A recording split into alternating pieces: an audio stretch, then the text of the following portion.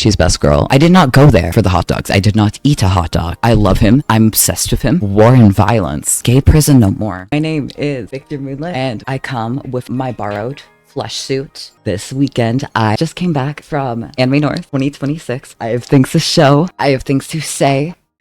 First things first. The con booklet, of course. This year, there was some issues with the schedule, so it's actually a separate booklet. The art this year is, oh my god, beautiful. I love it. It's so cute. And for this year, the pass. So for this year, I used my Vernal Equinox lanyard, of course, from Cosmocolor. I had my Saya from a previous year on it because on Friday, I saw someone having a plushie attached to their lanyard, and I was like, that's a really good idea. I should do that too. I actually have my first ever Anime North. So this is all the way from 2016. The first thing I did, I went to the opening ceremonies, which should not be an abnormal thing, but I have not been able to go in a couple of years because every year they used to run a maid cafe, and then they got sponsored by a J Fashion company, and now it's a J Fashion cafe. When it was a maid cafe in 2023, and then 2024 and 2025 cafe tickets. I did have fun with the J Fashion cafes in previous years, but one thing about me, I love maids. I love maids so much. When they moved away from the maid cafe theme, I was like, oh damn, I had my 1 year and then I was too late, so I went to the opening ceremonies. When you're a kid, it's a lot more interesting, but I had a lot of fun. I was very thankful to be able to see the taiko drum performance, hear everything about the con. I did not go to the closing ceremonies because I ended up finding a friend, but that will be in the rambling section. I'm just gonna start showing things. So on Friday, every single year, there's this sort of flea market called the Nomuninichi, and I always go every year because you find some amazing deals. I did find some deals, which I am very happy about. I have the artists for everything except this one because this was pre-owned merch. If anyone happens to know, let me know, please. Lauren from Fire Emblem Three Houses. So cute. Another Lauren's. They came together. They're so cute. I have Albin Knox from Nijisanji Ian. I do not watch his streams. This is for my best friend, actually. It was $1. I can't not bring something for her. It's massive, by the way, for the record. The size. I can't put my whole hand over it. It's huge. But I have Morve from New Carnival. It's the official buttons, actually. The official button pins. On previous years, a bunch of people were selling New Carnival merch at the Nominichi, but they were a lot more expensive. I remember specifically last year, everyone was selling these, and they were selling these for like $8. This year, $2. That's it, $2, so I'm happy. Morve, I love him. He's not my fave from New Carnival. My fave is actually Kuya, but my fave that they had in stock. In her little, she's trapped. I will free her. I have Rin Tosuka from Fate Stay Night. You see that? $15. That's crazy. Let me free her from her prison. Here she is. Freed. Honestly, I have genuinely never seen Fate Stay Night merch in person. I've seen a couple Rider figures, I've seen a couple Saber figures, but those were all good smile. Like Nendoroids, like Figmas. I think I've seen the occasional pop-up parade, you know, all good smile. But to find this for $15, the find is crazy. I love her. She's amazing. If you've ever played Fate Stay Night, she's best girl, and I will argue. From Ultramarine, I have the gang from Dramatical Murder. Listen. I love Dramatical Murder. I love Nitro Plus. I love Nitro Plus works. In real life, this is super glittery. On camera, I don't think it shows. But believe me, it sparkles. It's fabulous. It's exactly what he deserves. Here's the artist, Errol. I have Mikan from Super Danganronpa 2. Honestly, is she my fave? No. Was she my fave of the pins? Absolutely. I'm just gonna let her out of her prison. I'm so excited for Danganronpa 2x2. I'm crazy excited. The moment they announced that, I'm like, oh my god. Whoa. Especially with the new culprits, the new victims. It's like you want all your faves to live and you want to see them for so much longer. And also, I have had a huge ship for a decade. And honestly, I kind of want more ship fodder. Like, I'm in love with the hope that sleeps inside you. I want more of that. I've been a shipper for a decade. Believe me, I've been in it for way too long. Hey, Angel. Oh my god, and this one actually has a sticker. It's from Suyapi. I hope you can see that. Oh my god, it's so nice. The angel aesthetic is like, you can really tell. Here she is out of her prison, her plastic prison. Gonna slide her back in. I will release her later, but for now, plastic prison it is. I've been given this flesh suit for a stream, and I'm just using it to condemn everyone. I have the business card from last year, so I have no idea if this is like updated, but from Kami, I have vtuber from Nijisanji En. Here he is in his gay prison. The way he shows up on camera is a lot more flashy than it is in person. I have not removed him from his gay prison because I've been obsessed with the gay prison, but I will now proceed to remove him from his gay prison live on stream. Gay prison no more. I broke the gay prison a little bit, but that's okay. Here he is in all of his glory. Adorable. Who is your VTuber's favorite VTuber? vtuber from Nijisanji En. I see merch of my Oshi. I have to. I hope I can be your Oshi. From Yusei Kuma. Here he is outside of his gay prison. Here we go. Together. They're together. From Alva Radio. A little sticker instead of the business card. Very cute. First thing I have from her. Code Realize sticker sheet. I love Code Realize. I've never actually revealed what is my favorite visual novel. My favorite is Code Realize because it's a pretty chill, character-driven otome game. I feel like it tends to be quite a surprise to a lot of people I know, to a lot of people I'm friends with. They always expect like, oh, it has to be eroge. Oh, it's probably something fucked up. Nah, I love Code Realize. I love the characters. It's amazing. Something I've never revealed that I will reveal today. My favorite. Victor Frankenstein is my favorite dating sim character ever. That's a crazy coincidence. Like, wow, my favorite's named Victor. That's crazy. If you want to know what inspired it, yeah, that is what caused it. The last name is also from a fictional character, but that I've yet to say. Keep watching my streams and eventually you'll see my lore. You'll find out the naming lore. And also I designed my model when I was 18. So last thing. This is Kageyuki Shiriishi from Color X Malice. I love him. I'm obsessed with him. Saw the print and I'm like, oh my god, I need this bitch. I need this bitch so bad. I was actually so disappointed to find out that you have to go through an entirely separate route to get to his route. Like, you can only do it on a second playthrough. The moment he was essentially doing harassment to Ichika, the protagonist, like, oh my god, I want to study you. I want to study you so bad. I'm like, I want you so fucking bad. And now I can have that on my wall as a constant reminder of how much I want this man. He's lovely. The character development is amazing. If you have the chance to, honestly, Code Realize is my favorite, but also if you have the chance to play either of them, do. They're amazing. I love otome games. This artist is a fucking blessing.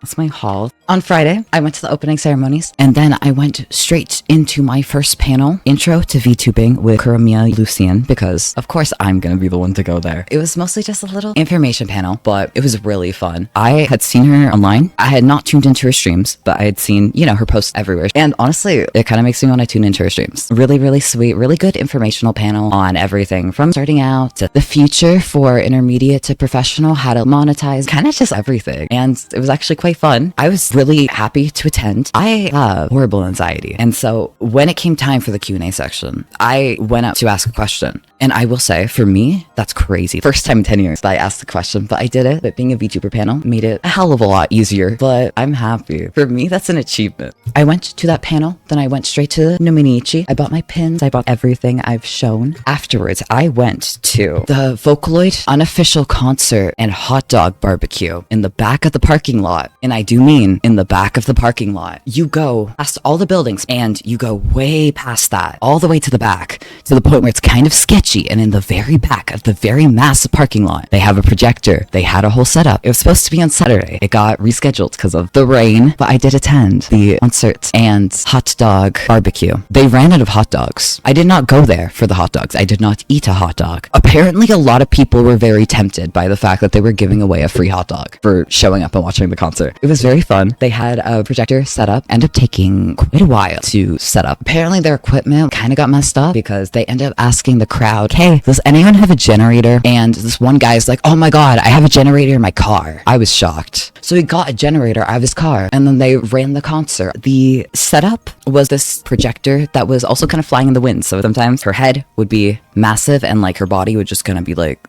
you know, skinny legends or whatever. And then sometimes it'd be like her body, her head, tiny. Because it was blowing in the wind.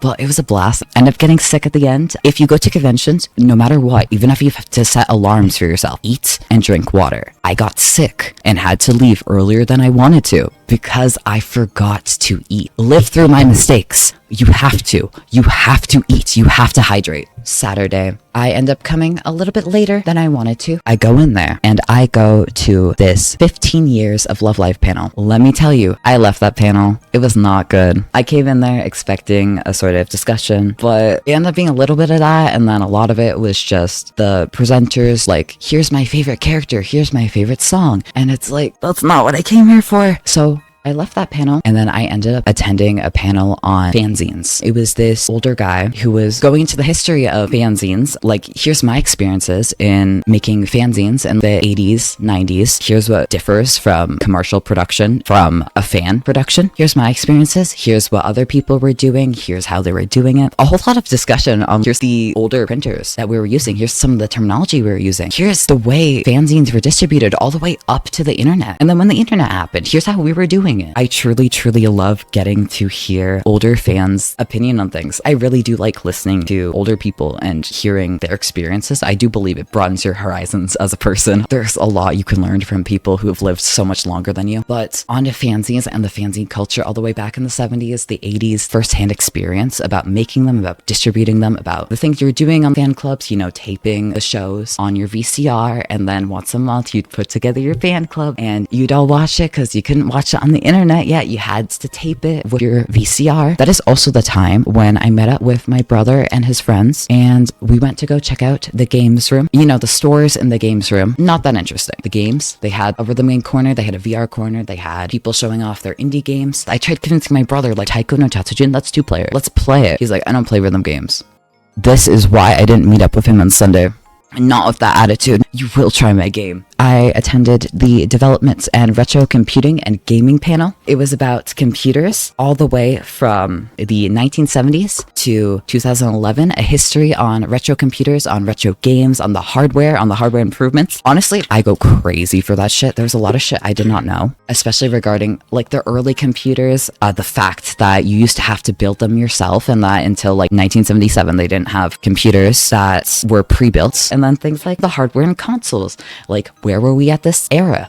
What were the games looking like? How do modern games like Undertale, like Cave Story, try to look retro? Why do they try to look retro? What is retro? I love it. That's just my jam. And then I left that tiny bit early, a couple minutes early, to go to Slay the Princess with the princess. It had the voice actor of the princess. Her name's Nicole Goodnight. It was essentially going through a little bit of Slay the Princess with her own commentary, like, oh yeah, this is what I was doing when I was voice acting. These are the notes that I was told to do. And we were all choosing by votes. And honestly, she was so fun. That was such a fun panel to go to. A lot of people were choosing to kill her, of course, because what does a group of nerds want more than war and violence? I think that's in our human nature. So it was fun. I actually found a friend in line. I was just, checking my street passes. She ends up calling my name like, oh my God, Victor, is that you? And I'm like, holy shit, I have a friend here. Had a little chat, left our separate ways. And then I went to the BL and Yaoi Dojinshi panel. A lot of it was fairly basic stuff. Like, what is a circle? Like, why do people decide to make it? What is fanon and how does that impact Dojinshi? Fairly surface level, but still quite interesting. I did actually quite like it. The most fun part was the chatting afterwards. It was kind of open discussion and I was vibing. I ended up having to leave a little bit early to catch a bus, which I did not catch. I barely missed it and then I got on the wrong bus. And then before I knew it, bam, I'm on the other side of Toronto. I wanted to go to a 9 a.m. panel on Sunday. That did not end up happening. But that's okay. It's Sunday. I text a friend, like, we saw each other at the Slay the Princess panel last night. Let's meet up. Let's hang out. And then we hung out the whole day. It was amazing. She sent me a list of like, here are the panels I want to go to today. The first one being the queer book recommendation panel. I didn't have anything else I wanted to do at the time. So I go order some food because I end up being so late at night that Tim's breakfast. I don't have time to make breakfast today. I go to eat my food and then I go to the panel. She fucking overslept. I leave that panel. I head up all the way to the hotel room. It works out. We're just chilling on and off. One of the panels that I went to is audio drama panel because I do like drama CDs. I really like drama CDs. My favorite drama CD is actually the Dramatical Murder drama CDs. They are really good. The sound design is peak and the language is very, very understandable. But at the end of the day, Japanese is a second language, you know. So it was an explanation on everything from the planning to post-production to releasing it. You know, here's what goes into making an audio drama. Here's everything from start to finish. Someday I think it would be kind of fun to release a voice pack. It is nice to know everything that goes into it. How are they done? And then I can use some of the knowledge I've got to improve the audio on my own streams. A lot of the rest of the day is spent with my friend. I end up going to everyone I visited in the artist alley. I go up running to everyone to try to see if they have business cards. And if they don't have business cards, I just write down their name in my notes app. I did try. I tried my best. And then we went to the games room. I ended up getting to teach a friend how to play Taiko no Tatsujin, which was so fun. For someone who doesn't play rhythm games, she's really good at it. I also get to teach her how to play Project Diva. It's my favorite. I love Project Diva, especially on the arcade controllers. It was so good. I tried this on Saturday, but I tried a little bit of Beatmania. I'm so bad at Beatmania. Beatmania is one of those like classic games from the 90s. Any of the ones that go top down, they're not easy for me. Not at all. They had Beatmania, they had Sound Voltex, which Sound Voltex is its own beast. Sound Voltex is, nightmarish. You have buttons here, you have buttons up here, and then you have the knobs, and you have to do all that at once. I cannot comprehend it. They had Osu. Not sure why you'd play Osu here, but they had Groove Coaster, which is one of my brother's favorite of the game. I hate it. I can't stand it. We go to our last panel. We end up going to disability in anime. I had expected it to be a presentation. I was very surprised. It was more like an open discussion for people to give not only their own experiences in accommodations and handling that in terms of anime conventions, but also what is good representation in characters, what is bad representation. And I was really happy to hear it. The open concept was really interesting to me. You know, like the floor is open for you to give your experiences. Like I'll tell you some of my experiences. I'll tell you some of the experience I've heard from previous years, but the floor is open. There were a lot of things that people were suggesting, like the convention could do this. Some of them were really good ideas. It was enlightening, and I'm glad that I went there. I go with my friend to her hotel room. I end up talking to other people in the hotel room. I end up having a lot of social blunders. I failed every single skill check, but that is okay. I did it. I talked to people I never knew, and I never have to see these people again. And if I do, they might not recognize my face. It's okay. I don't go to the closing ceremonies. I was with a friend, and I was heading home with her. In the middle of the convention, I get a text from my best friend, and she's like, "Hey, you still at the con?" I'm like, "Yeah, of course." She's like, "Come over to my workplace. I will give you a free meal." I go over to her workplace. She's like, "What do you want?" I'm like, "Man, I'm not prepared for decision making. Like, whatever you think is good." She ends up giving me this big ass bowl of soup. It is so good. The broth is amazing. The tea's amazing. She's like, "Oh yeah, here's the drink menu. Get whatever you want. It's also on the house. I need some practice with the blender." And I'm like, "Get your practice in." She gives me a free taro bubble tea. It's so good. I have to help her with some college assignments, but that's okay. Free food. I had a lot of fun this year. It's crazy to me that it's been a decade. I feel so blessed to have been able to go. I hope that I get the opportunity to go again. On Friday, I got off the bus, and everyone there seems normal. It seems like a normal bus. But then the moment the stop happens, all of the nerds reveal themselves. You get off the bus, and I feel like I'm home. And I get that feeling every year. I feel most at home with fandom. I'm getting emotional. I've been so emotional all weekend, and now here I am getting emotional again. I would choose to go every year if I could. It is the highlight of my year. I look forward to it. Usually I plan things out well in advance, but I genuinely had no idea if I was going to go. I was considering selling my ticket. Is it the most responsible decision? Not particularly, but I'm really happy that I went. Come hang out with me at twitch.tv/VictorMoonlit. I hope to see you there.